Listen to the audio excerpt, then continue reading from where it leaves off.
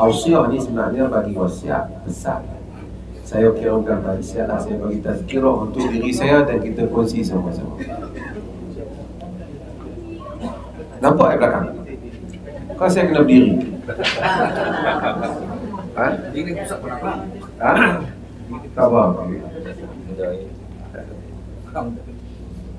Antara doa yang sangat penting di dalam hidup kita ini ialah doa supaya kita ini dapat taat kepada Allah. Yang kadang-kadang kita terlupa dan doa. Semalam kita baca, 2 hari lepas kita baca ayat tentang menceritakan Nabi Ibrahim mengangkat binaan Kaabah. Wa idh yarfa'u Ibrahimul qawa'ida minal baiti wa Ismail. Dan kita baca doa Rabbana taqabbal doa Nabi Ibrahim. Kemudian mereka doa. Selepas daripada itu, sambungan ayat itu apa doanya?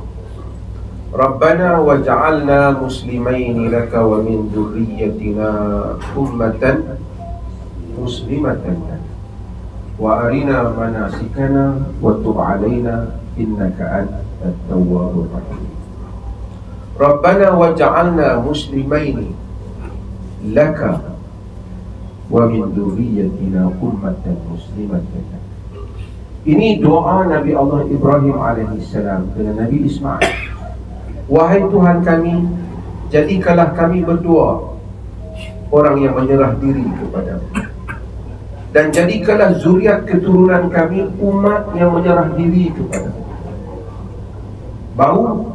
Baru Nabi Ibrahim minta wa arina manasikana, dan tunjukkanlah kepada kami cara ibadat nusuk kami. Saya nak pergi bahagian hadapan, wa arina manasikana, kita tengok dulu. Rabbana waj'alna muslimain. Ya Allah, jadikanlah kami berdua menyerah diri padamu. Padahal Ibrahim ini adalah Nabi yang ditabarkan dan Ismail adalah Nabi yang ditabarkan. Pun begitu dia minta supaya diberikan kekuatan untuk dia taat kepada Tuhan. Kita di dalam doa, di dalam hidup kita ini, kita boleh datang ke umrah. Ramai orang kadang-kadang dia boleh datang sehingga ke hadapan Kaabah, tapi dia tidak ada perasaan khusyuk di hadapan Allah. Ada orang datang sampai ditunaikan salat, tapi tidak hadir. Ada orang khusyuk.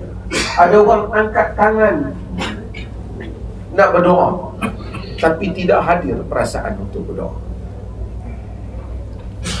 Allah Azza wa Jalla mengajar di dalam Al-Quran para anbiya alaihimussalatu wassalam melalui lidah para anbiya.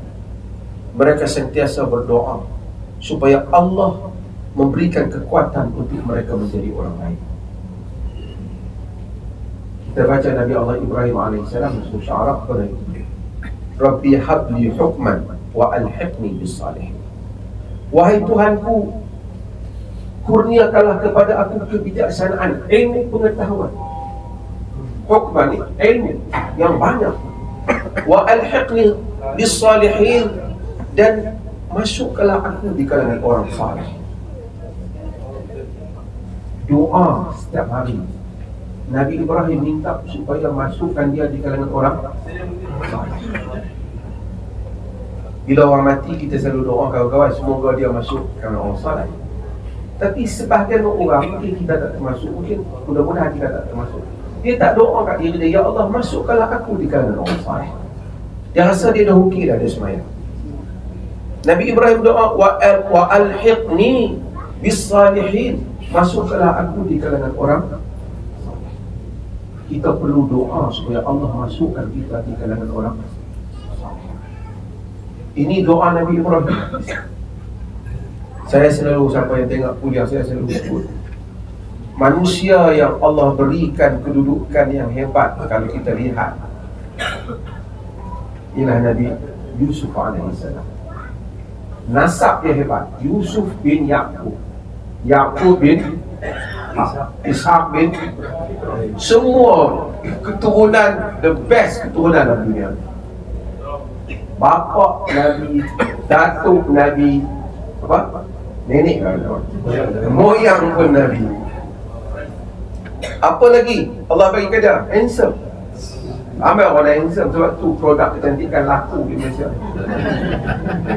Di Singapura pun sama. Boleh timbang kilo. Handsome. Falamma ra'aynahu akbarnahu wa qatta'na aydiyahun wa qulna hasya lillah ma hadha bashara illa malakun karim. Bila tengok potong jari perempuan tengok, handsome ah. Lupa bukan bisa orang. Kan? Kata Maha Suci Tuhan ni bukan manusia, malaikat. Handsome. Apa lagi dia ada? Dia menjadi raja di negeri Mesir. Daripada menteri menjadi kuasa ada, harta ada, rupa ada, keturunan ada. Apa dia? Nabi Yusuf kata apa? Rabbi qad ataitani minal mulk wa 'allamtani min ta'wil al-ahadith fatir as-samawati wal ardh anta wali fid dunya wal akhirah tawaffani musliman wa alhiqni bis salihin. Tengok tuan-tuan, kemuncak pencapaian manusia ni kita tak akan capai makna hidup di dunia selagi kita tak capai apa yang Nabi Yusuf. Rabbi qad ataitani minal mulk, wahai Tuhan, kau telah berikan kepadaku daripada kekuasaan. Wa 'allamtani min ta'wilil ahadith, kau ajar aku mentakwilkan mimpi. Orang datang tanya belum, penghias langit dan bumi, engkau pelindungku, anta wali fid dunya wal akhirah, engkau pelindungku di dunia dan akhirat. Tawaffani muslimah, matikanlah aku sebagai orang muslim. Wa alhiqni bis salihin, masukkanlah aku di kalangan orang salih. Segala kedudukan yang kita capai di dunia ini tidak memberi apa-apa makna daripada harta dan nama jika kita tidak termasuk di kalangan orang yang dapatlah pangkat Malaysia tu apa? Tan Sri, Tun apa makna semua ni? Kekayaan, apa makna semua ni jika tidak berakhir menjadi orang saleh? Nabi Ibrahim alaihissalam, wa laqad istafainahu fid dunya wa innahu fil akhirati laminas salihin. Kami telah tabal Ibrahim di dunia dan di akhirat dia termasuk di kalangan orang saleh. Itu makam yang paling tinggi. Kita di dunia ada orang panggil lah apa, pakcik ke, orang tua ke apa. Tapi kalau Allah kata awak di kalangan orang saleh, hidayah kita. Nak merebut harta, dunia sikit. Nak merebut jawatan, dunia pun sikit. Malaysia berkelai nak jadi Perdana Menteri, hancur. Bahkan dia jadi kan. Padahal bukan apa sangat pun, kau ni jadi 2 tahun setengah, kau ni jadi. Lepas tu hari ni jadi orang puji, lepas esok netizen tibai, hentam kan. Tapi satu tempat Nabi Ibrahim nak, Nabi Yusuf nak, semua orang nak. Apa jadi orang soleh. Jadi kita bila datang tempat ibadah ni, dan sentiasa bukan saja di sini, janganlah kita lupa setiap kali sujud kita doa, ya Allah, masukkanlah aku di kalangan orang yang. Kalau Allah kata kita di kalangan orang soleh, apa saja pun okey. Orang pandang tak okey ke, orang pandang okey, Allah kata awak di kalangan orang okey. Orang tak terima ke, orang terima ke, as long as kita di kalangan orang. Sebab itu manusia-manusia yang hidup dengan jiwanya berpasak kepada langit, dia hidup dengan bahagia dan tenang. Tapi manusia yang hidup dengan jiwanya berpasak kepada manusia, mencari apa kata orang tentang aku, apa pujian orang tentang aku, apa dia mengumpat aku, ialah manusia yang resah. Ialah manusia yang resah. Sebab tu hari ni banyak orang resah sebab dia selalu baca komen dalam Facebook. Tapi kalau kita, dan kita tahu bahawasanya kita diajar bahawasanya segala amalan yang baik kita lakukan ini tidak dapat kita lakukannya jika tidak dengan pertolongan Allah. Sebab itu setiap kali kita dengar hayya 'alas salah, apa kita jawab? La haula wala quwwata illa, tidak ada daya, tidak ada upaya melainkan dengan Allah. Maksud tidak dapat aku menghadirkan diri untuk salat dan menunaikan salat melainkan dengan kurnia Allah. Hanya kurnia Allah kita datang ke masjid. Memang benar insan itu berusaha, tetapi berapa ramai orang tuan-tuan kita semua kata doa pada Allah, mudah-mudahan Allah selesaikan masalah. Dia dengar sama dengan telinga kita dengar, tapi bila dia nak berdoa, dia tak berupaya nak berdoa. Dia rasa kosong bila dia mengatakan, tidak terpanggil. Sebab tu kita bila datang umrah dan haji, kita kata apa? Labbaik Allahumma labbaik, kami menyambut seruanmu wahai Tuhan. Itu makna labbaik Allahumma, kami sambut seruanmu wahai Tuhan. Semoga kita sepanjang hayat ini diberikan kekuatan untuk menyambut seruannya. Dengan pak sedekah kita, dengan pak tolong orang kita tolong orang. Kerana tidaklah ada daya dan upaya melainkan dengan pertolongan Allah Subhanahu wa taala. Kita datang ke sini bukan di samping Allah memberikan pahala kepada kita mudah-mudahan, tapi dengan kurniaannya juga dia menggerakkan perasaan kita untuk hadir di sini. Dan macam mana saya sebut tadi, setelah kita hadir ke sini, mudah-mudahan dia menggerakkan perasaan kita sentiasa untuk beramal dengan amalan yang soleh. So setakat itu dulu tazkirah saya sebagai mukadimah. Bakinya saya buka kepada soal jawab. Jadi tuan dan puan tanya apa yang saya boleh jawab, saya jawab. Tak boleh jawab, wallahu a'lam. Assalamualaikum. Saya ada 4 soalan. 4 soalan. Boleh tak satu dulu? Sebab kita bagi ahli parlimen lain juga tanya. Dalam masalah wuduk, Allah berfirman, "Famsahu bi ru'usikum, famsahu bi ru'usikum." Apakah masalah itu sebenarnya untuk yang menyapu, menyumput kepala dia tali, atau bagi seorang dia angkat rambut bermus, tapi dia tali, itu adakah yang maksudnya masalah? Dan raksud, adakah itu seluruh kepala, sebahagian kepala, atau sebagai kecil kepala? Dan bagaimana sunnah Nabi dalam wuduk? Sunnah. Orang Singapura kan? Singapura? Sekali kita, sorry. Orang apa? Dia? Ayah? Negeri mana? Saya di Selangor. Selangor. Soalan canggih lah kan? Okey. Wa idza kuntum ila shalah faghsilu wujuhakum. Bila kamu bangun untuk solat, kumtum tu, pasal nampak kita tahu Arab, kumtum tu past tense. Maksudnya kamu telah berniat bangun untuk solat, untuk menunaikan solat. Jadi faghsilu wujuhakum, hendaklah kamu basuh muka. Wa aydiyakum ila al-marafiq, dan tangan kamu sehingga ke siku. Kemudian famsahu bi ru'usikum. Kemudian famsahu ni masah. Masah ni sapu. Bi ru'usikum, ba tu dengan, nak terjemah literal, maka sapulah kamu semua dengan ba. Kalau bahasa Melayu apa nak kata, dengarlah kepala kamu. Dalam ayat ni, mazhab fiqh ni dia berbeza pendapat. Ambil mazhab popular dulu lah, mazhab Syafi'i kan. Dalam mazhab Syafi'i, dia kata ba tu dia panggil litab'in. Tab'in maksudnya untuk menunjukkan satu perhatian. Maksudnya sapulah dengan kepala kamu, yang ni bahagian daripada kepala kamu. Yang ni mana-mana kepala kamu sapu, kamu menunaikan maksud sapu tadi. Sebab ada ba.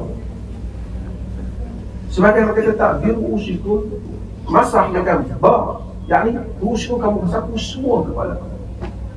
Maka dalam mazhab Syafi'i, dia kata kalau sapu sikit pun, dia buka macam ni, dia sapu juzuk pada dia pun, sebagai kita Afrika kata 3 helai rambut lah, menunaikan maksud ayat itu, dia kata.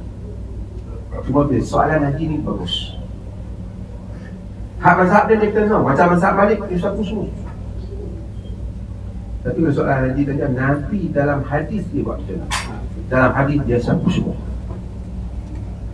Dari segi technical teks undang-undang nampak macam kalau dipahami cara Imam Syafi'i faham tu sikit pun jadi lah.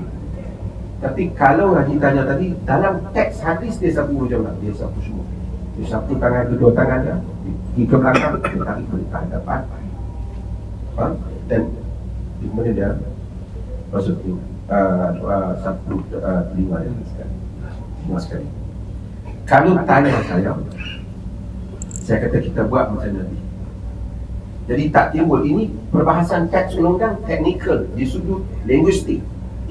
Tapi di sudut praktikal yang berlaku ialah sapu semua. So kalau boleh kita sapu semua.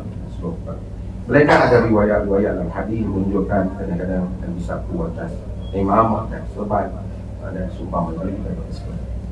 Jadi sapu semua tu sunnah hatta dalam mazhab Syafi'i. Dia kata keluar daripada kesisihan itu lebih baik sapu semua. Walaupun dia kata kalau sikit pun sah.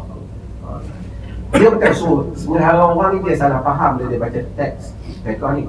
Dalam mazhab Syafi'i dia kata suruh sapu sikit. Dia bukan kata suruh sapu sikit. Dia kata at least kalau awak sapu sikit pun menunaikan maksud itu kata dia. Tapi kita pergi ambil yang at least tu lah. Bukan at most. Kita sepatutnya dia nak bagi tahu. Kerana mungkin orang tanya, kalau saya ni start tersapu sikit ni, boleh tak? Dia kata dari segi technical text tu macam boleh. Tapi kalau dia mau tanya, macam mana Nabi sapu? Dia sapu keseluruhan. Boleh? Selesai jawapan. Okey. Faham orang perempuan? Boleh kan? So, nasihat saya, tunaikan maksud ni, sapu semua puan. Ada lagi soalan? Assalamualaikum Ustaz. Okay, kalau kadang-kadang kita terbaca juga artikel ataupun kita tengok kesalahan Ustaz-Ustaz bila diceritakan tentang kejadian malaikat, mungkin tentang malaikat Jibril itu, saya nak tahu juga adakah ia daripada sumber dari hadis Nabi ataupun daripada sumber apa itu. Kadang-kadang bila saya terbaca, saya wonder ini daripada mana datang cerita-cerita begini. Tak Ustaz terangkan. Okey. Cerita-cerita begini. Cerita-cerita yang diceritakan oleh mulut Ustaz bukan semuanya sahih. Yang sahih ialah yang datang daripada mulut Nabi SAW. 1400 years berlaku. Banyak unsur-unsur luar telah masuk di dalam pengajaran agama. Sebahagian unsur itu dia datang daripada apa yang dinamakan Israiliyat. Israiliyat daripada word Israel. Israel bukan perkataan negara Israel. The original word Israel refer to Nabi Yaqub alaihi salam. Salah satu namanya ialah Israel. Kemudian Bani Israel dikenali dengan anak cucu Yaqub, dikenali dengan Bani Israel, anak cucu Yaqub. Israiliyat merujuk kepada riwayat-riwayat yang didatangkan ataupun dibawa oleh Bani Israel. Bani Israel kita tahu dia ada kitab Taurat dan dia ada Talmud, kitab-kitab agama. Tapi salah satu perangai orang Yahudi ni apa dia? Yang paling famous, suka ubah. Bukan, yuharifuna kalima'an mawadhi'i. Dia suka ubah. Jadi dia bagi cerita Allah cipta langit dan bumi 6 hari Quran kata. Sittata ayyam. Yahudi kata pada dia rehat pada hari yang ke-7 sebab dia letih. Dia suka ada unsur-unsur macam itu. Sebahagian penambahan di dalam cerita-cerita Israiliyat itu menggugurkan ataupun menjejaskan agama, terutama cerita-cerita para nabi. Nabi ni tengok tu lagu berkenan kat perempuan ni, Nabi dia jatuhkan standard Nabi. Sebahagian cerita tu kita tak tahu betul itu pun salah. Nak kata betul pun, saya buat contoh. Hak orang Melayu luar senang kan? Ada wanita menggoda Nabi Yusuf. Saya kita sebut Nabi Yusuf tadi kan? Isteri Al-Aziz tu. Betul tak? Quran tidak pernah mention nama. Quran tak pernah mention nama. Tak pernah mention. Tapi kita tahu Imratul Aziz, isteri Al-Aziz. Tak kira ada nama dia. Israel kata nama dia apa? Zulaikha. Israel tambah pula cerita. Lepas pada tu Zulaikha tu kahwin pula dengan Nabi Yusuf. Padahal dia isteri kepada Al-Aziz. Ini tak ada dalam Quran, tidak ada dalam hadis. Ada dalam beberapa riwayat orang Yahudi pada zaman itu. Tapi orang Melayu begitu kuat sehingga di dalam kad nuri satukan hati mereka seperti mana Khadidah dan Muhammad dan Yusuf dan Zulaikha. Israel ada sumber. Saya sekali ada orang baca khutbah teks, saya ingat dia yang berteks Jakim tu. Dia baca, saya kata, you memang nak Zulaikha kahwin dengan Nabi Yusuf? Dia kata, semua orang cakap apa? Tidak ada. Sebahagian teks ni, sebelum saya nak kira, sebahagian teks ni kita nak kata salah pun tak boleh, nak kata betul pun tak ada maklumat. Contoh, nama dia tadi, Zulaikha. Boleh jadi betul nama Zulaikha. Tambah cerita ni, bagaimana? Nama Nabi Yusuf punya adik, Bunyamin. Quran tak pernah sebut nama Bunyamin. Tapi nak kata salah, kita nama tu nama Israel lah, Bunyamin. Teks Yahudi kata nama dia Bunyamin. Ada teks yang mana Quran tak sebut nama, tetapi hadis confirm nama dia sama dengan teks Yahudi. Contoh apa dia? Lelaki yang Nabi Musa pergi belajar dengan dia dalam surah Kahfi. Nama apa? Nabi Khidir.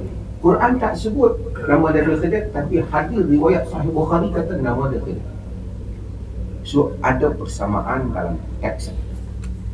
So kita kena pilih. Ada cerita yang contohnya tadi malaikat. Dia kata malaikat yang apa?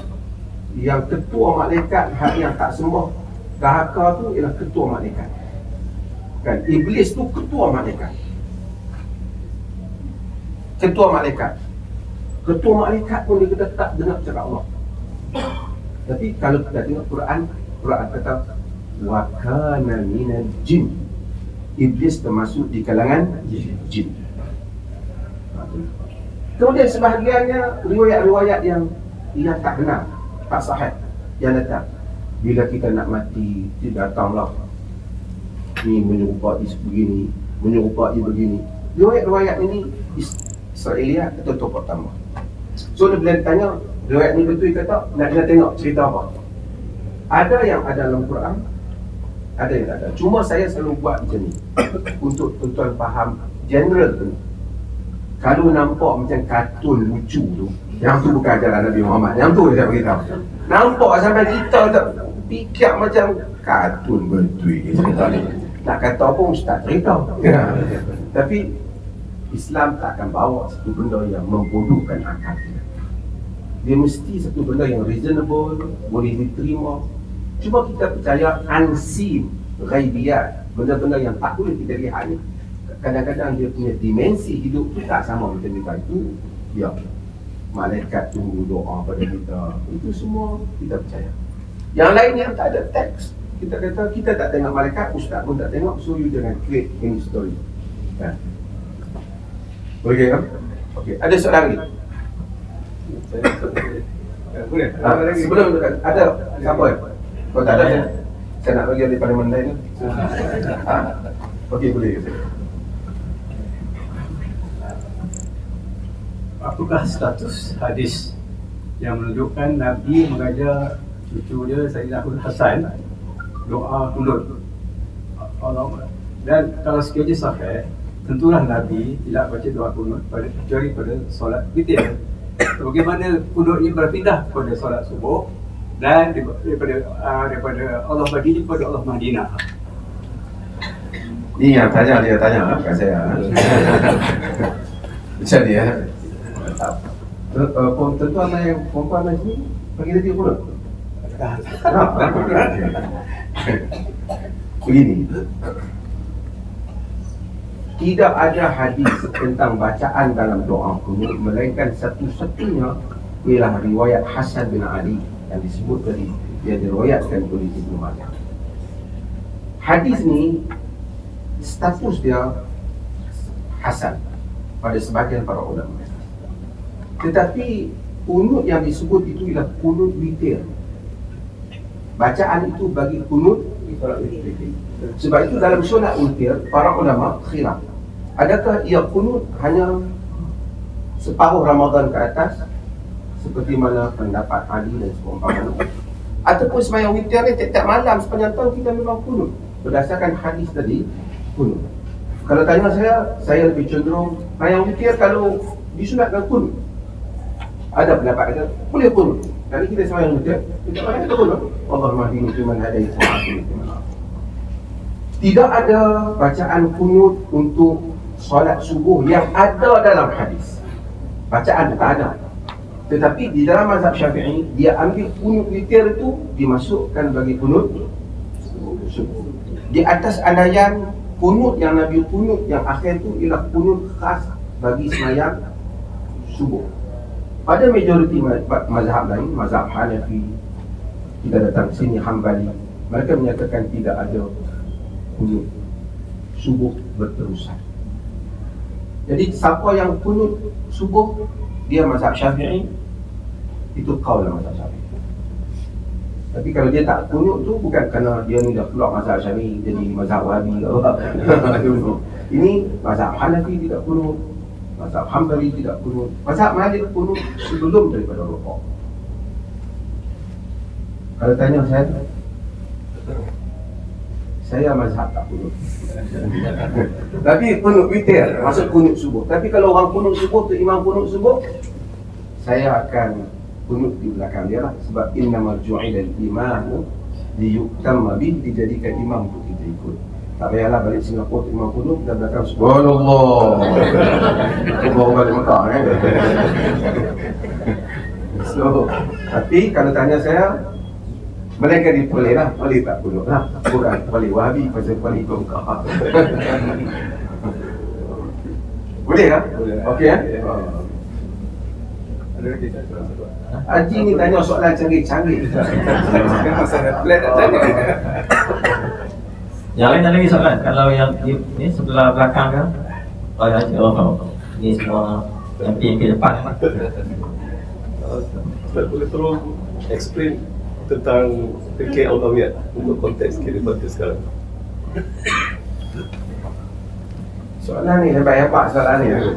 Soalan dia fikih Aulawiyat. Fiqh Aulawiyat. Fiqh Aulawiyat ni istilah yang baru. Dulu kita tak jumpa perkataan Aulawiyat ni.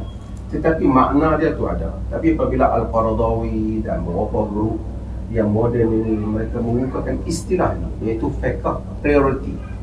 Kita nak bagi priority yang mana dulu. Mereka berdasarkan kepada keperluan. Maksudnya, apabila ada keperluan yang mana dahulu kita nak dahulukan. Misalnya, saya buat contoh lah mudah. Kita kerja kita dibayar gaji, majikan kita bayar. Lepas tu kita ni suka semayang duha. Kita tinggal kaunter kita pergi semayang duha. Kita kata ni sunnah. Betul. Tapi kerja kita dapat gaji, yang tua wajib. Antara dua benda ni, mana betul kita dahulukan? Wajib. Kita tak boleh lah pergi buat yang sunat tu tinggal wajib. Priority. Macam itulah hidup kita. Ada orang jiran kita miskin, nak bedah jantung, tak ada siapa tolong. Kita nak pergi umrah tahun ni, umrah kali yang ke-17 ataupun umrah yang kali ke-10. Tambah Allah ni kata aku ingat nak bantu ada people pergi umrah tahun ni. Dari segi prioritinya mana? Tolong dia ke pergi umrah? Tolong. Tapi beratlah kita nak lakukan berdasarkan amalan-amalan salaf seperti Abdullah ibn Mubarak. Apabila dia datang dalam tembara haji dia tengok satu orang perempuan dengan adik dia untuk cari makan dalam tong sampah. Dia kata, kenapa? Dia kata, bapak kami mati, kami tak ada miskin. Dia ambil semua bekalannya, dia bagi, dia belum niat ihram ke, dia bagi kepada perempuan ni. Dia kata pada mereka, inilah haji kita tahun ini. Pasal prioriti. Dan dalam hidup kita ni ada prioriti. Kalau ada masalah tu dia nak berlaku, kita ada di dalam kaedah-kaedah fiqh ada taqdim al-maslahatul 'ammah ala maslahatil khassah. Mendahulukan keutamaan kepentingan awam di atas kepentingan diri. Kan?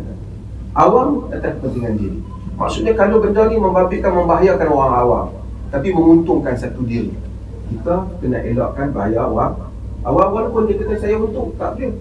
Sebab itu timbul di dalam kitab fiqh dahulu, Nabi menolak dalam hadis yang diriwayatkan oleh Imam Tirmizi, diriwayatkan oleh Imam Majah, Nabi menolak tas'in. Bila sahabat cerita barang naik, tolong tetapkan harga barang, Nabi kata Allah wal musa'in, Allah yang memberikan. Aku tak mau berjumpa Allah nanti dalam keadaan aku menzalimi sesiapa pun. Jadi tas'ir ataupun penetapan ceiling price ni Nabi takkan pada zaman. Nabi refuse to do that. Nabi tak mau lakukan itu. Tapi bila zaman berubah, ulama-ulama hatta di dalam kalangan salaf, hatta fuqaha kata boleh untuk tas'ir, meletakkan harga barang pemerintah. Sebab keadaan berbeza. Peniaga zaman Nabi beriman. Jadi fluctuate tu berlaku secara natural dia berlaku. Ikut harga pasaran. Sekarang peniaga ni boleh kontrol barang. So kalau kerajaan tidak menaikkan, yang akan jadi mangsa siapa? Tapi Nabi kata Nabi tak mau zalimi peniaga. Memang tidak zalimi peniaga pada zaman itu dalam konteks. Tapi dalam konteks sekarang mungkin dengan kerajaan tetap harga barang, peniaga akan rasa susah. Tapi dia seorang. Tapi yang senang apa? Beribu-ribu rakyat. Ini priority di dalam menentukan hukum. Ini very panjang punya discussion. Next time coming soon. Kita bincang lain. Boleh tak? Tak nak? Ini semua intelek banyak depan saya ni. Saya pun nak kena jawab soalan macam duduk di universiti. Boleh kan? Ada lagi? Ada lagi kan? Kalau ada yang lain, kita tanya yang lain. Oh, sebelum tu saya nak tanya. Saya jawab ni faham tak? Dia kata dia duk syok seorang-seorang. Apa dia jawab? Sebelah sini ada yang tanya soalan? Assalamualaikum ya. Saya pernah ditanyakan oleh seorang Inggeris pasal saya pemandu Grab. Dari mana asal usulnya Syiah dan Sunni? Sebenarnya teman kami ada di Syiah dan Sunni. Panjang dia. Tapi saya nak cerita. Ada satu orang cerita lawak lah, bukan betul. Ada satu orang dalam cerita nama dia Juha. Juha ni macam watak tak pandir di dalam orang Melayu lah. Cerita orang apa nak Singapura panggil apa ni? Dia ni macam watak orang kata apa? Dia tu lah watak layak buruk tak kena tempat. Tapi dalam setiap bangsa ada watak ni. Contoh pergi ke Uzbekistan, dia ada bangsa dia panggil Nasruddin Khaja. Dia buat apa? Patung pasal dia lawak. Dia cakap benda-benda yang rubbish, tapi kita ni lah. Macam sebelum saya nak jawab dia, orang tanya dia, awak umur berapa? Dia tahu umur aku 40 tahun. 10 tahun lagi orang tanya jumpa dia, kamu umur berapa lah? Bukan aku pernah beritahu kamu 40 tahun. Bila orang bagi tahu apa tahu tu? Dia kata orang yang baik tidak akan mengubah perkataan. Contohlah. Sebab tu sangat saya suka buat cerita. Di Singapura pun ada. Di Malaysia pun ramai orang suka mengaku jadi wali. Wali pakai cium tangan ustaz wali kan. Juha ni dia pernah mengaku dia jadi wali. Aku wali. Orang kata apa bukti kau wali? Dia kata aku ada karamah, aku ada benda ajaib. Apa dia? Dia kata kalau aku panggil pokok tamar tu, wahai pokok tamar, mari sini. Dia akan datang. Wahai pokok tamar, datang sini. Pokok tamar tak datang ni dulu. Wahai pokok tamar, datang sini. Tak datang. 3 kali dia panggil. Akhirnya orang tengok. Mana ni? Dia bangun. Juha. Dia pergi duduk tepi pokok tu. Dia tahu apa? Orang kata, dia kata wali-wali ni dia orang baik. Kalau dia panggil orang tak datang, dia sanggup pergi. Tapi okey, saya nak cerita pasal Syiah tadi. Okey, dapat cerita. Tuan belilah buku tentang Juha. Saja sonok-sonok. Saya dulu suka baca cerita ni pada anak-anak saya. Pasal dia punya otak dia. Mangkap kamu tahu. Okey. Juha. Satu hari, kononnya pada zaman dia, ada debat Sunnah dan Syiah. Jadi Juha hadir. Juha hadir, dia bawa kasut yang masuk dalam masjid dan dia letak di mimbar. Semua orang marah pada Juha. Apa aku cemarkan mimbar bawa kasut kau? Dia kata, aku cemarkan, bukan aku cemarkan sebab pada zaman Nabi Syiah suka curi kasut. Jadi orang Syiah jawab, mana ada Syiah pada zaman Nabi? Kalau tak ada, tak payah ikut. So, itu Juha punya jawapan dan Syiah. Saya soalannya, saya nak secara akademik lah. Ini panjang cerita. Syiah bagi saya, orang Singapura mungkin demokratik, tapi dia kena tengok masa. Dia adalah mazhab nostalgia. Dia bermula daripada mazhab politik. Mazhab dia nak support Ali jadi khalifah. That's all. In order to support Ali as the khalifah, dia create banyak ajaran-ajaran yang menguatkan kepercayaan. Sehingga berlaku.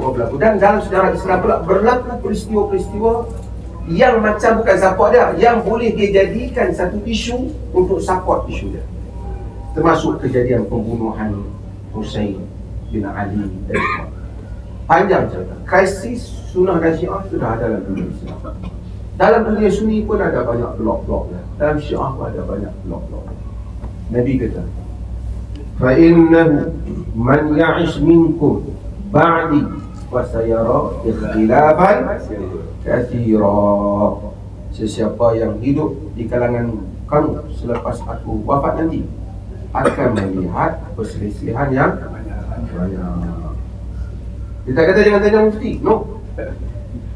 Apa dia jawab? Fa'alaikum bi sunnati wa sunnatil khulafa'ir rasyidin al-mahdiyyin min ba'di. Kamu pegang sunnahku dan sunnah khulafa'ir rasyidin al-mahdiyyin. Apa yang ada dalam teks hadis dan khulafa' yang empat, nak cerita interpretation yang pelik-pelik, memang ada. Tapi adakah itu yang diberitahu oleh Nabi? So follow the source, iaitu Quran dan hadis. InsyaAllah saya ada jawab. Next time kita jawab. 3 days. Okey, ada lagi soalan? Last one dulu. Bisa kalau boleh last one. Ada soalan. Ada, kalau tak ada kita bagi Tuan Haji. Saya takut soalan Tuan Haji semua canggih-canggih. Ada soalan sini? Tak ada? Sebelah sini? Ada. Oh ya, sini. Okey. Datuk, ini sikit politik Politik. Saya calon Kalau Datuk boleh jawab, Alhamdulillah. Tak boleh jawab, saya faham. Apa pendapat Datuk tentang sedi parti kat sini, Saudi? Open party to all the kafir.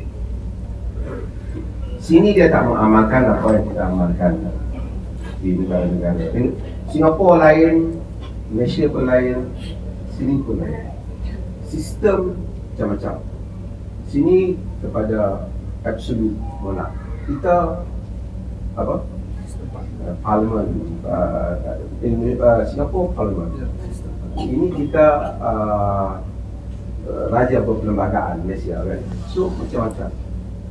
Dalam sepanjang sejarah banyak sistem yang the best system ialah sistem yang dibuat oleh khulafah yang empat. Tapi selepas khulafah yang empat, kemudian berlaku zaman Hasan bin Ali dengan tempoh yang sekejap selepas daripada Ali, naiklah Muawiyah bin Abi Sufyan. Muawiyah bin Abi Sufyan dia memerintah, dia menggunakan sistem yang tak jauh daripada sistem yang banyak di Islam. Bukan Nabi suruh, tapi dia pengguna, iaitu sistem apa? Warisan pemerintahan. Monarki lah, walaupun nama khalifah sebenarnya monarki. Lepas dia mati, diwaris oleh anak. Kita puji kerajaan Osmaniyah Turki dan seumpamanya. Turki juga monarki.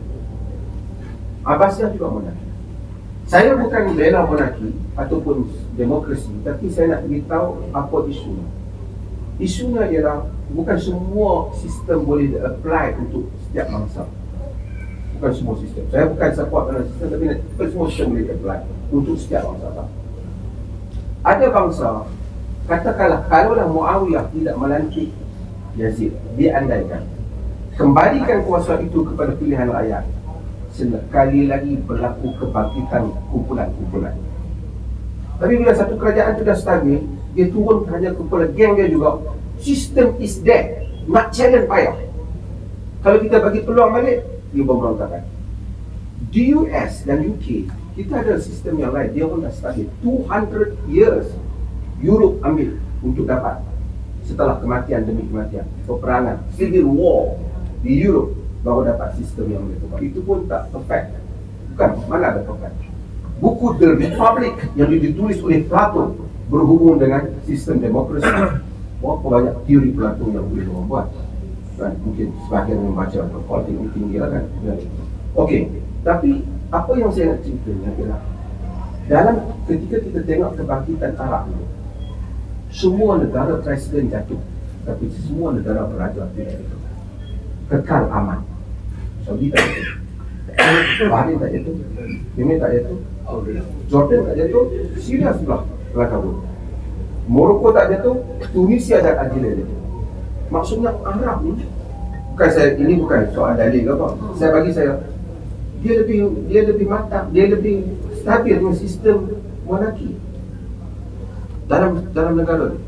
Di sini bukan saya justify kata sistem saya tak baik. Sistem monarki lebih memberi keamanan kepada. Kalau tidak bergaduh semua ni.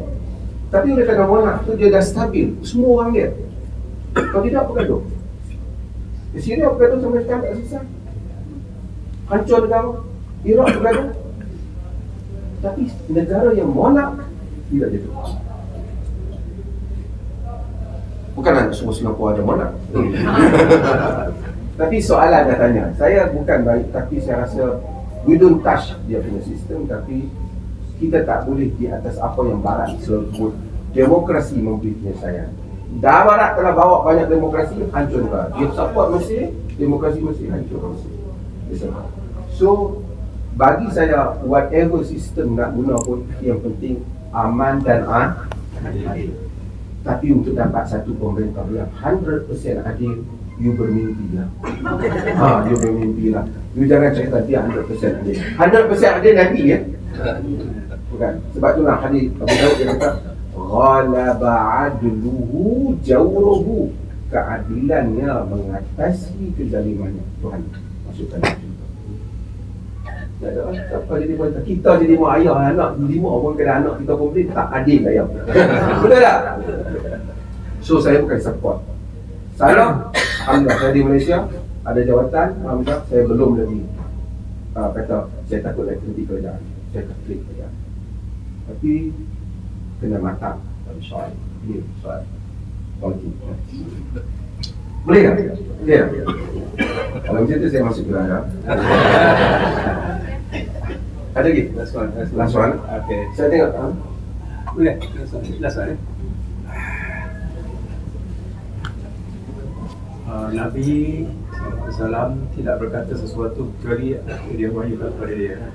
Sama ayat 3 dan 4 surah An-Najm. Pemanjang tipanin hawa. Jadi saya nak tanyakan soalan ayat ini dengan ayat dalam surah Al-Ahzab. Lepas Allah tulis ya Nabi inna arsalnaka shahidan mubasysyiran wa nadhira wa da'iyan ila Allah bi'izni. Apa hubungan pada ayat dalam dengan ayat 23 dalam surah An-Najm?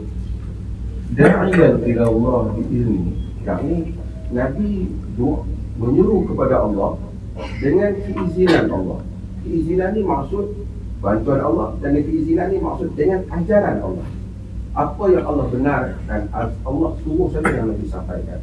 Isi dia kata wahyu, yang wahyu kepada dia. Saya tak tahu. Nabi waman yang tipu anil hawa in huwa illa wahyun yuha. Nabi tak bercakap dengan hawa nafsu, melainkan wahyu pada dia. Kata para ulama usul, dia bercakap di dalam ketika dia memperkatakan tentang syariat. Tapi kalau Nabi cakap benda yang bukan syariat, kadang-kadang Nabi marah, ada Nabi tarik balik marahnya. Kan? Itu bukan syariat. Kadang-kadang ada dalam hadis Imam Muslim sebut bagaimana Nabi telah doa kepada anak angkat Ummu Salamah kerana Nabi tarik balik. Nabi kata itu dijadikan zakat, kerana Nabi kata tak besar-besar lah kau ni. Nabi cakap je, macam cakap kita besar, oi besar lah, ingat tak besar-besar lah. So ada doa-doa Nabi, contohnya Nabi tentang Nabi kata penjebungaan kurma. Anak hadis Muslim kan, Nabi kata innama ana bashar kan, aku ni manusia kan, ya apabila yang aku kata yang daripada Allah, antum a'lamu bi umuri dunyakum, kamu lebih tahu tentang urusan dunia kamu, maksudnya. So jadi bila yang dikatakan Nabi ni yang semuanya wahyu, apabila dia kata, apabila aku kata ini daripada Allah, maka kamu ambil. So kalau Nabi melawak biasa, Nabi kata tak payah, benda-benda yang biasa, bukan teks agama, kehidupan biasa, makan, minum, melawak dengan family, ini tak termasuk yang dimaksudkan wa menyentuh Allah. Itu kata ahli usul. Sebab tu dia panggil tasyri'iyah wa ghairu tasyri'iyah. Sunnah yang dianggap sebagai teks agama yang bukan teks agama. Contohnya perbuatan Nabi sendiri. Nabi suka makan kambing. Adakah kita disunahkan makan kambing? Contoh main Mekah tak makan kambing, nanti ikut sunnah. Nabi suka makan bau kambing. Nabi suka makan qarak, gandum, labu. Adakah kita adakah kita di bateri tu juga. Okey. Adakah kita disunatkan makan labu? Ataupun Nabi tidak berdengkur, adakah kita disunatkan berdengkur? Hal-hal itu ialah hal dia panggil jibiliyah. Ini satu bab. Jibiliyah ni kemanusiaan Nabi. Nabi ni mesti dia tidur, dia manusia. Kalau kita jumpa hang kerja lu tidur, aku ambil sunnah tidur, tak boleh. Dia tidur apabila perlu, itu sunnah kan. Kan? Hang kerja makan, aku ambil sunnah Nabi, Nabi makan. Dia makan sebagai manusia, keperluan. Makan dengan kadar itu sunnah, bukan duk makan itu sunnah. So ini yang dimaksudkan panjang ni. Boleh tengok sebahagian dari saya syarah tentang sunnah tasyri'iyah. Apa yang kita klasifikasikan wa ma yantiqu 'anil hawa, apa yang kita Nabi cakap di atas urusan kehidupan biasa. Kadang-kadang isteri yang maju, dia kata kepada dia, itu semua ialah kehidupan biasa. Oh, panjang soalan. Habislah soalan. Terima kasih banyak. Kita ada sesi lagi tak soalan? Nak ada lagi tak? Boleh? Tak? Besok insyaAllah. InsyaAllah. Terima kasih banyak. Kalau saya takut ada orang, saya minta maaf, saya menjawab berdasarkan soalan. Saya bagus kalau soalan ni pun bagus. Saya expect tuan-tuan nak tanya saya punya umroh apa cerita apa. Nanti dia dah okey lah. Dia tanya soalan-soalan yang canggih ni, okey lah. Terima kasih. Terima kasih banyak. Esok lagi? Okey, saya berdasarkan penganjur dia. Disuruh saya datang. Tak suruh saya tak datang. Okey, sekarang Assalamualaikum warahmatullahi wabarakatuh.